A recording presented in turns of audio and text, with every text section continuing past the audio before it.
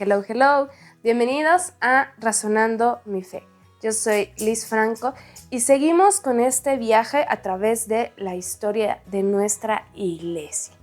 Como les comentaba en videos pasados, es importantísimo conocer todo el contexto que estaba pasando para entender un poquito mejor por qué los acontecimientos al interno de la iglesia. El día de hoy quisiera que platicáramos un poquito más de la Edad Media. Estamos hablando más o menos hacia el año 800, hacia el 1200, aproximadamente ese periodo. ¿Qué pasaba? Primero, ya se establecieron los bárbaros en todo el occidente y ya hay paz. Se empieza a evangelizar en gran parte gracias a personajes como San Gregorio Magno, como San Benito Abad, y estos bárbaros que empezaron destruyendo todo y no conozco a nadie, se cristianizan, se civilizan y se empiezan a establecer reinos y pequeños imperios. Y el Papa, nada tarugo, empieza, no solo un papa, todos los papas que hubo en ese momento, empiezan a tener relaciones con los diferentes emperadores. Y los emperadores quieren tener buena relación con el clero. Eso es lo más normal y sano del mundo. Pero, ¿qué pasó? Que se empezó como a borrar esta línea entre lo religioso y lo político. ¿Por qué? Porque el Papa coronaba a los emperadores, a los príncipes, a los reyes, pero a su vez los príncipes, los reyes, metían su cuchara en quién iba a ser electo papa, cómo, cuándo y por qué. Y esto trajo situaciones un poco complicadas y tensas. Los reyes, por ejemplo, le regalaron los territorios en los estados vaticanos. El Vaticano tenía territorios bastante importantes en lo que hoy es Italia, no solo lo que hoy conocemos como el Vaticano. Pero el Papa no crean que todo es gratis en esta vida.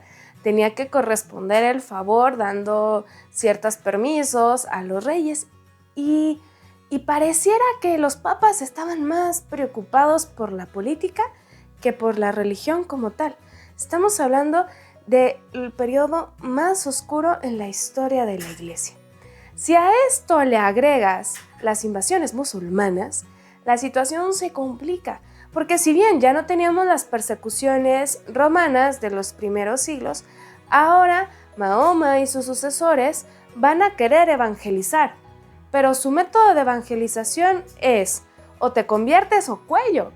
Y los cristianos se quieren huir porque ellos quieren seguir siendo cristianos, no se quieren convertir al Islam. Y esto va a provocar en Europa un caos otra vez. Mientras tanto, en Oriente, en Bizancio, relativa calma, relativa paz. ¿Qué pasa? A manos de los musulmanes va a caer tanto Antioquía, Jerusalén y Alejandría. De los 5 patriarcados de la antigüedad, ya solo quedan 2, Roma y Constantinopla. Y estos pareciera que cada vez más se separan, no se pelan, no se fuman, a nadie le importa lo que está haciendo el otro. Y en Bizancio se sienten como con el apapacho del emperador, pero al mismo tiempo el emperador dice: tengo todo el poder, tengo mi imperio sumamente estable, lo único que me falta es controlar el poder religioso. Pero está Roma, están estos conflictos. ¿Y qué les dije? Para que algo suceda, se tienen que juntar un montón de circunstancias. Todos estos siglos de historia, de distanciamiento, de pleitos en Occidente, de invasiones, van a preparar el terreno para la llegada de un personaje que se llama Focio. ¿Quién era él? Él vivía en Bizancio, era sumamente brillante, sumamente inteligente, muy estudiado, y resulta que está en el momento indicado, en el lugar indicado. El patriarca de Constantinopla, Ignacio, le niega la comunión al emperador. ¡Qué! ¡Puh! ¡Impensable! Pero el emperador vivía en pecado, vivía con la nuera. Herodes all over again. Ignacio, en recta conciencia, no le puede dar la comunión. Pero aquí, deja tú de negar el sacramento. ¿A quién se lo estás negando? Claro que el emperador destituyó a Ignacio, ya no eres el patriarca, y en 5 días le dieron todas las órdenes a Focio. Focio era un laico, hijo de vecino, y de repente a los 5 días, no pasó ni una semana, y ya era el patriarca de Constantinopla. Esto llega a oídos del Papa en Roma, que se infarta, por supuesto, y manda delegados a hablar con Focio a decir, a ver, aquí el chido es Ignacio, no es Focio. Entre dimes y diretes, que sí, que no, que el emperador defiende a Focio, pero el que manda en religión es el Papa, entonces Focio queda destituido. En paralelo tenemos a Bulgaria. ¿Y Bulgaria qué tiene que ver en este encuentro? Pues ¿qué creen? Que se acaba de convertir al cristianismo y está decidiendo si va a seguir al patriarca de Constantinopla o al Papa, es decir, al patriarca de Roma. Se identificaba más con los ritos griegos o con los ritos latinos. Y acá ambos territorios como que queriéndose pelear a Bulgaria. Entonces, otra cosa más para las tensiones. Muere Focio, muere Ignacio y pareciera que las cosas se calman, pero pues se calman como en apariencia porque las tensiones ya estaban. 150 años después va a llegar Miguel Ceruleano. ¿Y quién era? Un patriarca de Constantinopla. Llega bien, como debe ser, no fue como Focio así medio chucky la situación, pero él era de los partidarios de romper con Roma. Recordemos que no porque uno se acabe, todos sus seguidores ya vayan, no.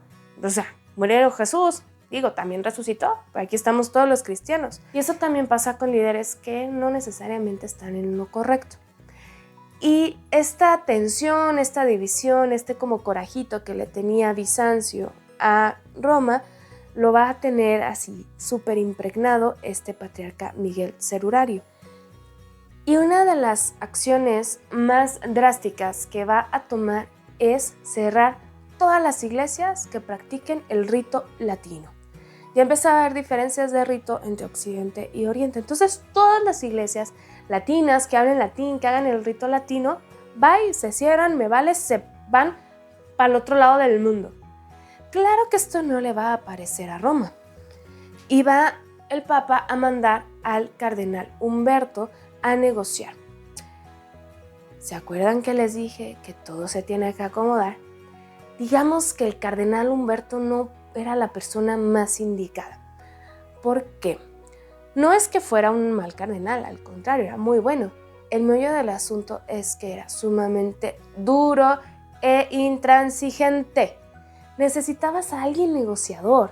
No vas a ceder en temas de dogmática. Pero aquí el problema no es de dogmática, es de que el patriarca le trae coraje al Papa y no lo quiere tener de jefe. No es dogmática el problema. Y el cardenal Humberto pues se pone en una situación dura de tú, Miguel, estás mal y te tienes que convertir y te tienes que cuadrar y que no sé qué. Y entonces obviamente Miguel se prende y dice claro que no, el que está mal eres tú. ¿Y qué pasa? Humberto excomulga a Miguel, Miguel excomulga a Humberto y se pelearon. Y a esto le vamos a llamar el Cisma de Oriente en el año 1054. Como tal, no es, oficial, porque estas excomuniones no las dio el Papa, las dieron obispos. Sin embargo, aquí ahora sí ya se notó esta fragmentación. Si bien no se pelearon oficialmente y firmado, eso va a ser hacia el año 1200 y fracción, pero ya las relaciones no fueron lo que antes. Y de hecho, hasta 1923, creo, en la edición te confirmo la fecha, que otra vez el Papa y los patriarcas se vuelven a hablar. Y ahorita ya somos amigos. De hecho, fueron invitados al Vaticano II y constantemente el Papa visita a los patriarcas visitan al Papa y ya somos compas. El patriarca de Constantinopla no se le cuadra al Papa como cualquier otro obispo, Sin embargo, ya hay relaciones ecuménicas y de cordialidad, pero el pleito duró 700 años. Y todo por el berrinche, por las luchas de poder. Van a poner por ahí el pretexto de la redacción del credo del Espíritu Santo. Se le llama filioque, si quieres alguna vez buscar el término. Es la parte del credo que dice que el Espíritu Santo procede del Padre y del Hijo. Y es lo que causa el conflicto. Pero ya lo validé con mi profesor de Trinidad y está de acuerdo conmigo.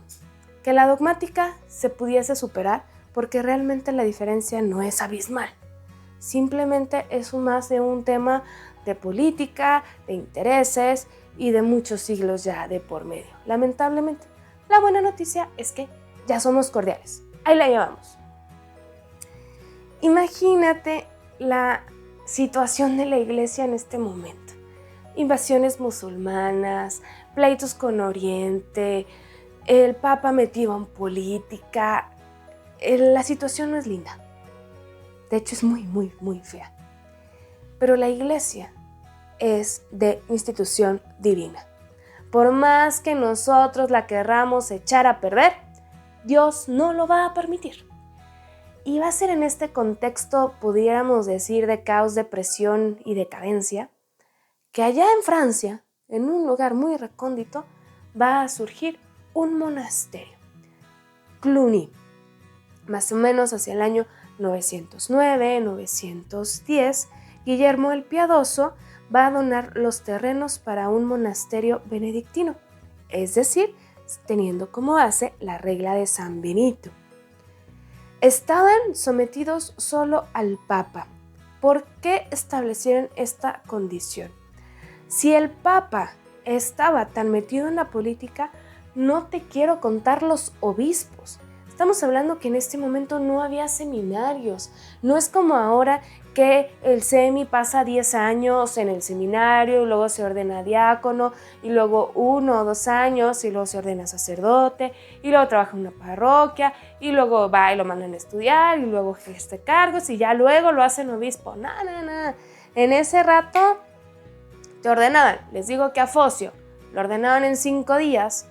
Entonces dice Guillermo, ¿sabes qué? No podemos permitir que este monasterio se corrompa. El Papa todavía tiene un poquito más de autoridad, un poquito más de centro, a pesar de ciertas desviaciones. Dice, no nos vamos a anclar a ninguna diócesis, a ningún obispo. Le reportamos directamente al Papa. Y quienes decidan vivir en este monasterio van a vivir bien, verdaderamente como cristianos buscando la santidad. Y empieza a tener popularidad este movimiento, porque a pesar de todo lo que estaba pasando, sigue habiendo cristianos deseosos de santidad.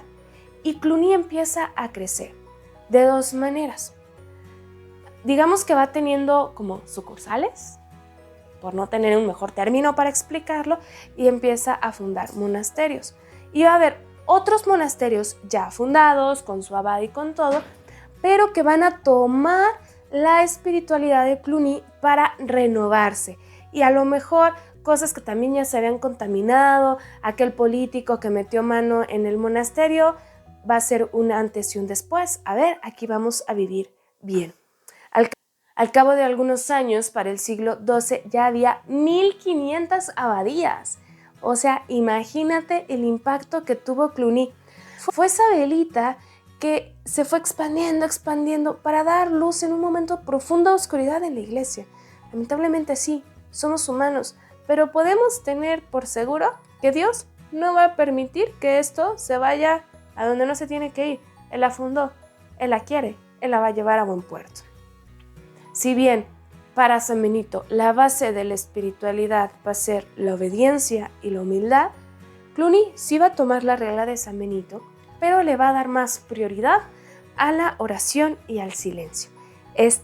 Volver a la raíz del monacato, salirte, orar, introspección, y van a orar por todo el mundo. Y un poquito después de Cluny, hacia el siglo XIII, 1200, van a surgir lo que conocemos como las órdenes mendicantes. ¿A qué te suena la palabra? Mendigo. ¿Por qué se les conoce con este título? Porque estos religiosos se ganaban la vida pidiendo limosna. Era un estilo de vida de pobreza extrema. 2 van a ser los fundadores, cada uno de su respectiva congregación: Santo Domingo de Guzmán y San Francisco de Asís. ¿Qué quieren? Predicar, volver a evangelizar. Las herejías de los primeros siglos de la Iglesia, a las que combatieron los padres apologistas, no quedaron ahí. Lamentablemente le siguen dando vueltas a lo mismo, o sigue habiendo alguien con mejor carisma que vuelve a revivir la herejía. Y aparte la situación complicada que vivió la Iglesia en el siglo X, XI, entonces Santo Domingo y San Francisco, cada uno desde su cancha, quieren renovar, quieren volver a decir, a ver, lo importante es seguir a Cristo. Domingo es español, Francisco es italiano y cada quien va a hacer lo suyo. Cada uno va a hacer su orden. Vamos a hablar muy a grosso modo de los principales puntos de uno y de otro.